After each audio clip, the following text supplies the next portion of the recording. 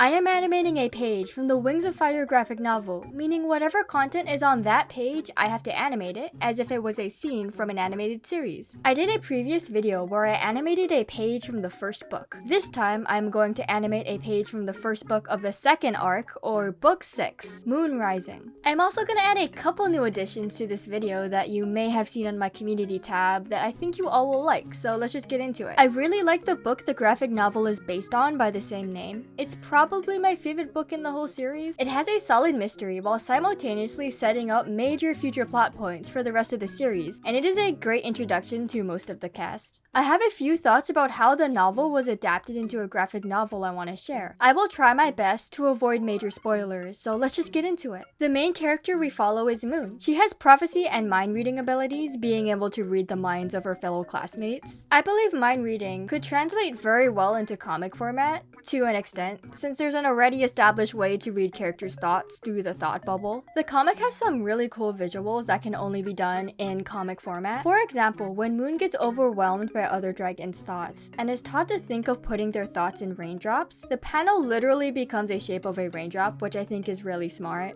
I also like how we can visually see into people's minds, like Sora drowning her worries in mud because she's a mudwing. I do think that the comic strength of thought bubbles is also its weakness because there is so much dialogue. The story, utilizing mind reading, is obviously going to be very dialogue and text heavy. Comics is a visual medium, so it suffers a bit. I do think the writer and artist did the best with what they had. I just personally think with the nature of story, it's best to read it in novel form. But I would recommend the graphic novel if you liked the novel, since I had a blast reading it. If you like the novel, you should pick it up. I'm interested in hearing what you guys thought of the Moonrising graphic novel. Did you like it? Do you prefer the novel or the graphic novel? Let me know. And with that out of the way, it's time to choose the page I'm gonna animate. And here's the graphic novel. I recently just bought it along with another graphic novel, so it's brand new to my Wings of Fire collection. Last video, I wanted to make it fun by flipping to a random page and having to animate that page. I realized to make this time more enjoyable for myself and you guys, I am going to choose the page. There are just a lot of pages that wouldn't make a good scene, and I don't want to make my experience animating it and your experience watching it horrible. I want to make this animation the best it can be. One page that stood out to me, the only one really, was Winter and Qibli's introduction on page 42. Well, technically Qibli's second appearance, but this is the first time he talks, so yeah. If you guys have ever wanted to know my favorite Wings of Fire character, it's Qibli. Teen boy who cracks jokes to hide insecurity is my favorite trope. In my opinion, he is very well written throughout all of Arc 2. He is my son, and I love him. Winter is also here. Out of all of the dragons in this book, Qibli, Moon, and Winter are the top 3 I would want to animate, which is why I wanted to choose this page. This page is also very dialogue and expression heavy, which is some of my favorite things to animate. I knew I would have a lot of fun designing these 3 and their contrasting designs, so speaking of designing, let's just get into it. Yeah, transition. I'm so good at writing these. But before we get into it, I have a question for you guys. Do you design dragons of your own? Do you have Wings of Fire OCs or OCs in general and need a place to store them? Well, I have a perfect website for you. This video is sponsored by Unveil. Unveil is a website made for creators to share their art in characters. With over 200,000 artists and 3 million visitors monthly, Unveil is a completely 100% AI-free website to ensure the safety of the artists on their platform. Unveil is run by a small team of creatives that value putting other creatives first. I have been a member of Unveil for well over a year now, and I can confirm it is one of the most artist-friendly and encouraging platforms I have been on for a long time. You can create character pages for your OCs where you can upload art to their galleries, expand their lore through the writing, and get into the nitty-gritty of the details with the traits tab. You can also sort your characters into worlds where you can collaborate with multiple people, which is great if you're into stuff like roleplay. Unveil also has this really neat question of the day feature. When responding to the question with your OCs, it will have that answer pop up in your character trivia page on your character's actual page, which is just so fun to me. Unveil has excellent discovery through their Explore tab. With recent added characters, worlds, writing, and art section, a good handful of people will see your work on Unveil, no matter how small you are. Unveil is completely free to sign up and use. Just click the link in the description to check it out for yourself. I'll also have my Unveil down below if you'd like to check me out. Wink wink, nudge nudge. Thank you Unveil for sponsoring this video. And with that, back to the video. First dragon up is Moon. One of the things that stood out to me in Moon's design in the graphic novel is how small her snout is. Like for some panels, I was questioning if it was a flashback and we were seeing a younger version of herself. So I wanted to play with that in my design and tried giving her a smaller snout and bigger eyes and pupils, kind of like a cat. I also want to break a little from canon with her design. I wanted to give her 2 eye drop scales in the corner of her eyes instead of 1. She is very clearly described in illustrating as having 1 eye drop scale in the book and graphic novel, but I thought it would be a cool addition for her to have 2 to indicate both her mind reading and prophecy powers. I liked how I gave Starflight these little like colored dots on his scales in my remaking a PMV in 3 hours thumbnail, so I wanted to do that with Moon, but this time with 2 dots for each of Moon's scales instead of 1. Really trying to push the 2 moon symbolism here. I like the bluish green tint of her scales and her green eyes in the graphic novel, so I kept it. Next is Qibli. There are like multiple ways people pronounce Qibli. The audiobook goes by Qibli, and that was basically my Bible in middle school, so I'm just gonna go with that. I've always imagined him with his frills. I don't know what to call them, but I've always imagined them swept to one side. But while drawing, I just could not make it work, so instead I based it off of the cover he is on with a more wavy style, and I like it more. I was also excited to play around with the scar on his snout and his nose freckles. I ended up also putting freckles around his eyes because I like how it looked. I took Qibli's colors from the graphic novel and made it a little less saturated because that's just how I've imagined him. I also decided to give him visible irises. In the graphic novel, Qibli doesn't have visible irises. I have characters who don't have visible irises, and from experience, it makes it harder to clearly show their expressions. I try to use this to my advantage for my own characters, but for Qibli, I want to make his expressions very clear, so I gave him white irises to go with his black scleras. Winter is the one with the least ideas I had going in. Graphic novel Winter is pretty slender, but I always envisioned him as bulkier to reflect his more aggressive, brash nature. Winter's design process was mostly just figuring out how many jagged edges I could fit into his design. I gave him like this nose ridge and spike beard and like spiky eyebrows. It was pretty fun. For his eyes, the graphic novel also doesn't draw him with irises. I really like how it looks and how the light reflects off of it. You can see me trying to imitate the graphic novel, but in the end giving him irises because I want clarity over anything. So yeah, a double loss, but you know, whatever's best for the animation, I guess. I also gave him darker shades of blue because, I don't know, that's just how I imagined him, guys. A lot of this process is just me going, yeah, that's just how I imagined them, I'm sorry. And here are the 3 designs. I'm pretty happy with all of them. I think they also work together. But now it is time for the most intimidating part of the process. Here is the part of the video I'm sure some of you were waiting for. In my last Wings of Fire video, I had a segment where I recorded the lines myself. I am not a voice actor, but I am an animator, and one day I would love to work with voice actors to bring my animations to life.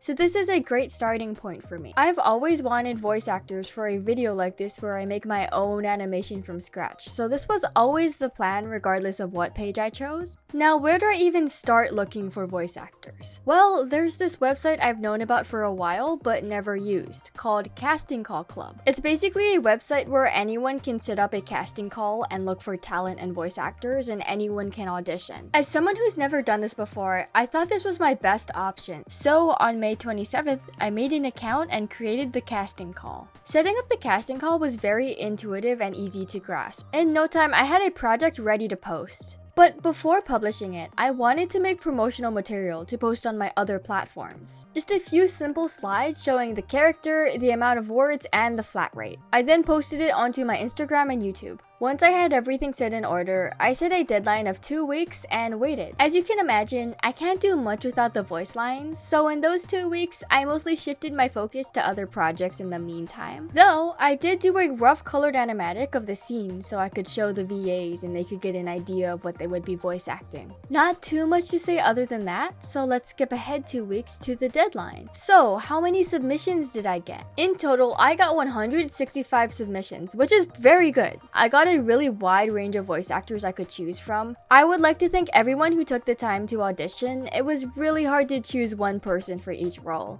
And I'm gonna be so honest, I don't think anyone applied through my social media posts, though I could be wrong. I think they all came from the site, which is good for the site. I mean, at least in my experience, Casting Call Club has really good reach. I think it also helped that it was a paid position and a very small amount of work. Overall, I'd recommend Casting Call Club if you're looking for voice talent. I would also recommend being over the age of 18 and casting people who are over the age of 18 just to play it safe. And if you can, please pay your voice actors for their work. The day after the VAs were casted, I contacted them and we set times for the recording session. Both recording sessions were very fast, under an hour each, which makes sense because I only needed them to record a couple lines. I will play edited down snippets from both of the sessions now. Hi, my name is Finley. I'm an actor and a voice actor. I've recently graduated from drama school where I was training for 3 years. My name is Weston Roberts. I'm still working on getting all the credits and stuff in terms of VA related things, but I've been doing a lot of coaching over on Skills Hub. Would you just want to jump into the lines? Yeah, we can do that, yeah. That is my scavenger. My idiot clawmate let it out. Give him back to me. I could freeze you one part at a time. First your horns, then snap them off. Then claws and wings. Should I go on? Hey, calm down, alright? No one is getting sliced up or frozen and snapped apart. I'm the idiot clawmate, although I usually go by Qibli. My intimidating acquaintance here is Winter. What's your name? Thank you so much. We will keep in contact. I will let you know when I finish the animation. Perfect. Yeah, I'm looking forward to it. I'll see ya. Thank you so much. I will keep in contact. You're good. I'm around all the time. Both of the VAs were very lovely. You'll see them again when I show the animation at the end of the video. But now with the voice lines, it is now finally time to do what the title of this video says. It's time for... Wow, I started this video in late May. We really need to pick up the pace. So, in total, I have 6 shots I need to animate. I started by skipping the first shot since it was an establishing shot and I wanted to get a bit more comfortable animating the characters before I tackled that shot, and I started on the second shot. Wow, take a shot every time I say shot, you guys. I got a lot done on the first day, having colored most of Winter's animation and lined about half of Moon's.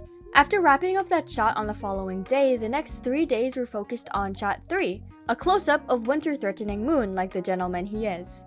Can we just talk about how hard animating long close-up dialogue shots are? Specifically animating the head move? I feel like I could have animated his head to be more subtle than just moving to a profile view. But it does work and I need to move on, so I noted this down for future dialogue close-up shots. I finished shot 3 in a couple of days and then I came to an abrupt halt. The month had turned to July, and some viewers might know what that means. For the entire month of July, I participate in something called Art Fight. Art Fight is basically an art gifting game where you draw other people's OCs. I was determined to revenge every attack, and let me tell you, I slaughtered during Art Fight. No one was left alive. But unfortunately, that means I did slow down on the progress of the animation. On this channel, I like to have somewhat of a consistent posting schedule. The most I would want to go without posting a video is 2 months max, and I have been working on this video since May. So in the meantime, I made a art fight video I posted in June that should hopefully carry me over to the next month, which means I would like to get this animation done late July so I have time to edit in early August.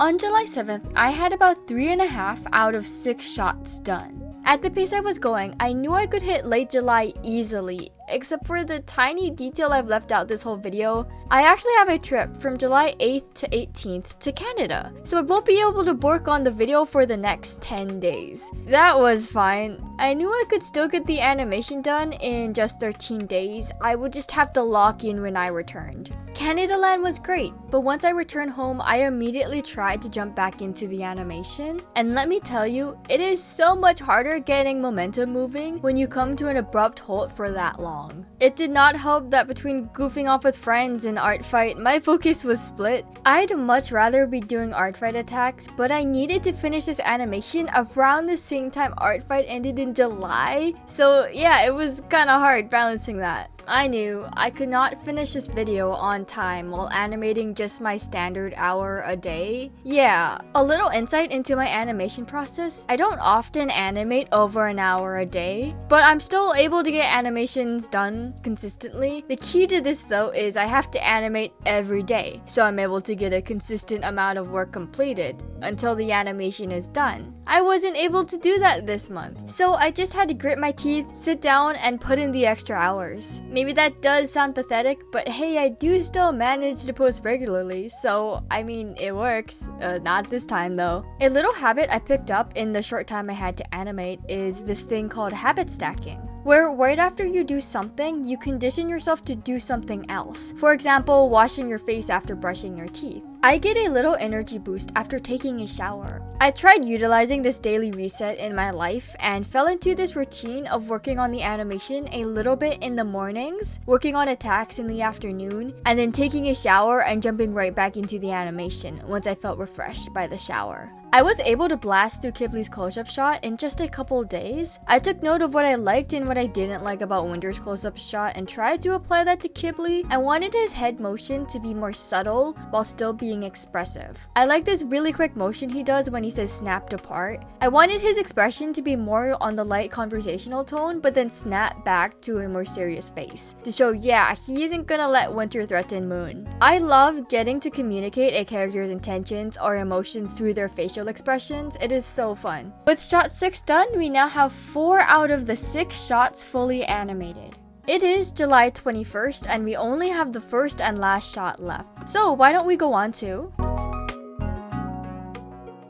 With all the animating I had done, I felt more than ready to tackle the first establishing shot, and it went very well. One thing I love about animating dragons, or at least my dragons, is I try to make the designs as simple as possible for animating, and it has helped me so much, especially in coloring. Coloring dragons is so much faster than humans. Like with humans, you have skin, hair, eye, inner ear, clothing, accessories, etc., and it just all adds up. With dragons, I try to keep it to 3 tones with maybe an accent color and eyes, and it goes so much faster. Also, the added bonus that you can position the wings to cover up stuff you don't want to draw. Like, because Winter has his wings expanded in the first shot, I don't have to worry about his legs in this bird's eye perspective view.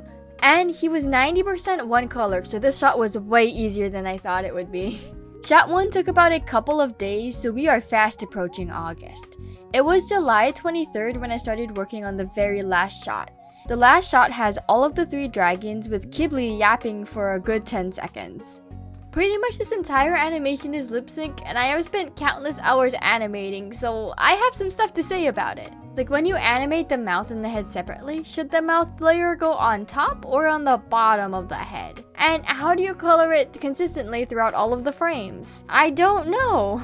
For the last shot, I had the mouth layers below his head, and when he turns to the camera, I have the mouth flipped so it's on top of it. So there's like no really correct way to do it. I would just say do it in the way that's most efficient for you. Like I said in the last Wings of Fire video, I'd recommend coloring the head first just to see what colors you're gonna need for the mouth. I feel like I've struggled with lip sync ever since I've been animating. It can be hard to keep the mouth consistent and animate the right mouth shapes to the dialogue while not over exaggerating or under exaggerating the mouth shapes. People who've animated lip sync might be familiar with lip sync charts where a mouth shape is shown with the syllables. I highly recommend using these or even making your own if you're starting out. Trust me, you do not need to memorize every syllable, just use reference. You can also word out the dialogue in the mirror to see what mouth shapes you make. I did that for the majority of this animation and it helped a lot. The lip sync workflow I use for this animation is first drawing the key poses and then in betweening them and refining until I get something I'm happy with. Lip sync is just one of those things in animation you gain an intuition for the more you do it.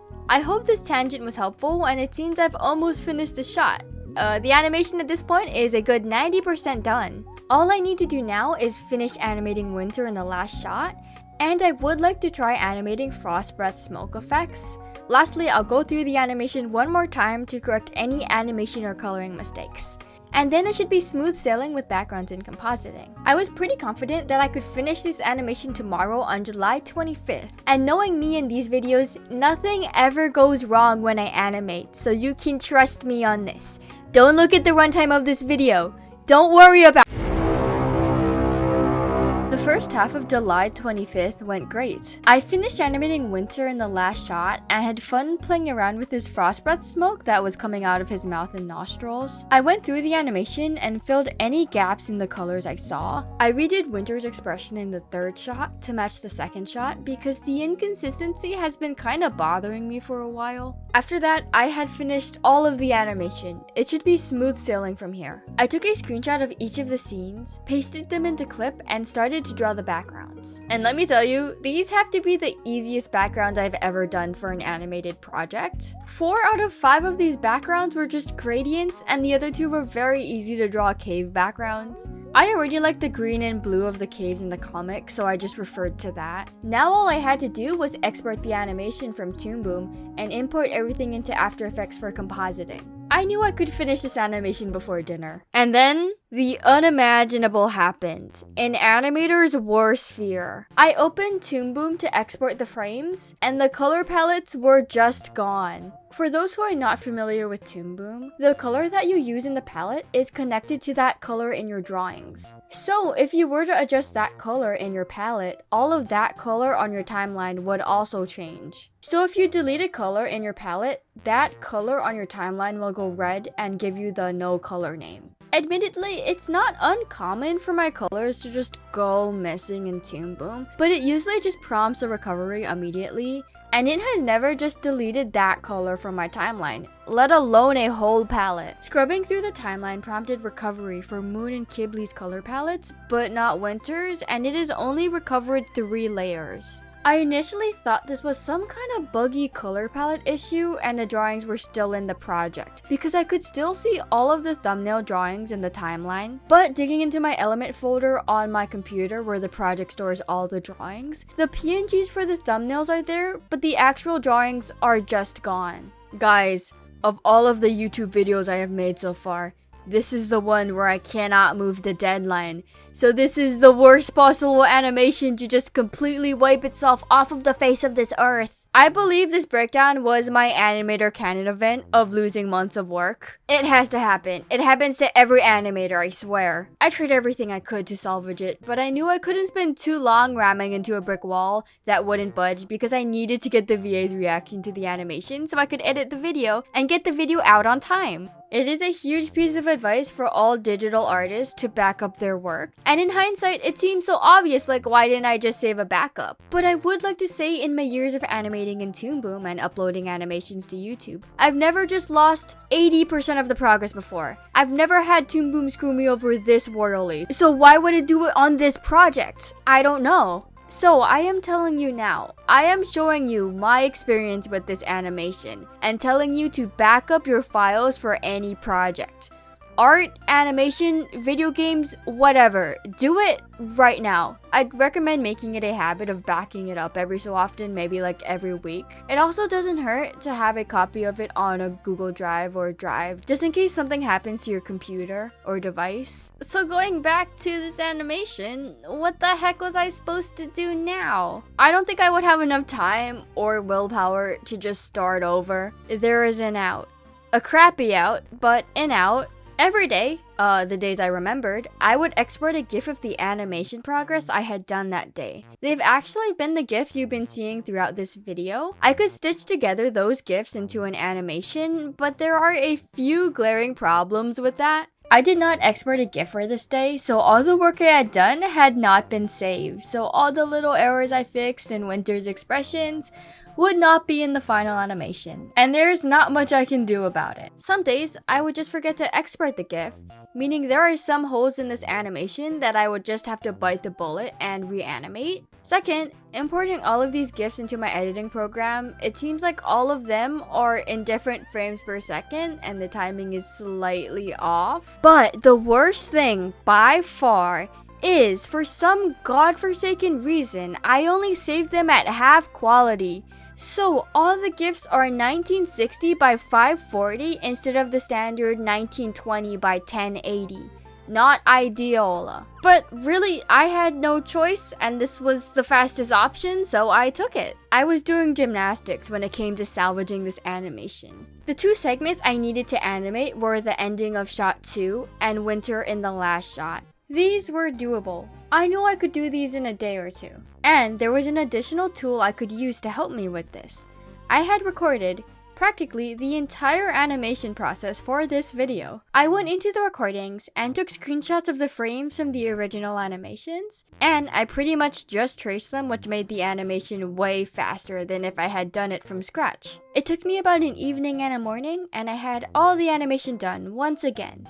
You know, just way crunchier. I took the animations I had into After Effects, and for the GIFs, I green screened the gray or black backgrounds, and whoa, hey, look at this super cool effect of the outlines being thicker in some shots. That definitely wasn't a result of the green screen. I just liked and decided to keep. There was this uncolored moon I had to mask out, and you can definitely still see the artifacting that came from it. I am just so tired. But after scrambling and working around the animation for a couple of very intense days, I had a finished project. I'd like to think this wasn't an entirely bad thing that I couldn't salvage the project, because now I can share my story to you guys and to tell you guys to back up your files. Maybe I'm just snorting a load of copium, but you know, maybe this was for the better. That's not. Nope. And I can't believe that. But you know, please back up your project, save your work, don't let it go to waste. Your programs can backstab you at any moment. But I do have an animation to show you guys, and I've kept you waiting for long enough, so it's time to show you and the VAs the finished animation. That is my scavenger. My idiot clawmate let it out. Give him back to me. No. I could freeze you one part at a time. First your horns, then snap them off. Then claws, then wings. Should I go on? Hey, calm down, alright? No one is getting sliced up or frozen and snapped apart. I'm the idiot clawmate, although I usually go by Qibli. My intimidating acquaintance here is Winter. What's your name? That was so awesome, actually. Oh my god. That's so cool to see myself as like an actual animated character, you know? It's been super fun and a really great experience, actually, and I'm super impressed with how it turned out. Thank you so much. You're so nice. It's wild seeing even like a small 30-second fan thing. It's just wild seeing your voice in an animated project. I love the way you've designed everybody. I like how Qibli looks so goddamn smug. So is there anything you'd like to shout out or promote? Yeah, you can follow me at Finley Stevens1 on Instagram. That's pretty much what I use, where like I post all my updates and everything. So yeah. I'm gonna have my credits go to my Casting Call Club profile, just under Weston Roberts. My Instagram is also WestonRoberts_VA. For any other aspiring VA people that want to get into this and don't really know where to learn, my favorite resource of mine is a place called Skills Hub. It's started by a lady named Jennifer Hale, but it is a website for learning voice actors. So please, if anybody's thinking about it, come join us. It's fun. Now, do I think this animation is better than the last one if we just look at the animation regardless of the resolution? Yeah, I think so. I think you can definitely see me getting more comfortable at animating dragons and expressions, and I do really still like Winter, Qibli, and Moon's designs. You know, if I didn't lose the final animation with the final edits, I think I would like this animation a lot more, but I still do like this animation. I am still proud of it. And I still really do like Winter, Qibli, and Moon's designs. They're pretty much how I visualized them in my head as a kid, so that's pretty cool. Needless to say, I am very tired, and once this video is done, I'm going to take a very long nap. I hope you all enjoyed this video. I did have fun with it before, you know, the great crash out, but yeah, this was a very unique experience. I would definitely be interested in doing another video like this where I animate and I get some voice actors on it, because this was very fun. This video was much more rocky than the last Wings of Fire video. I swear, whenever I make an animation process video, I have no idea how it's gonna turn out. You guys are just coming along with me on this journey. I have no idea where I'm going. Okay, I think I'm rambling long enough though. The VA credits are in the description if you'd like to check them out. And also Unveil, if you want to follow me, you should totally follow me. I was like trying to subtly hint at that before, but you should follow me. I hope you guys all have a fantastic day. Keep creating. Koi out.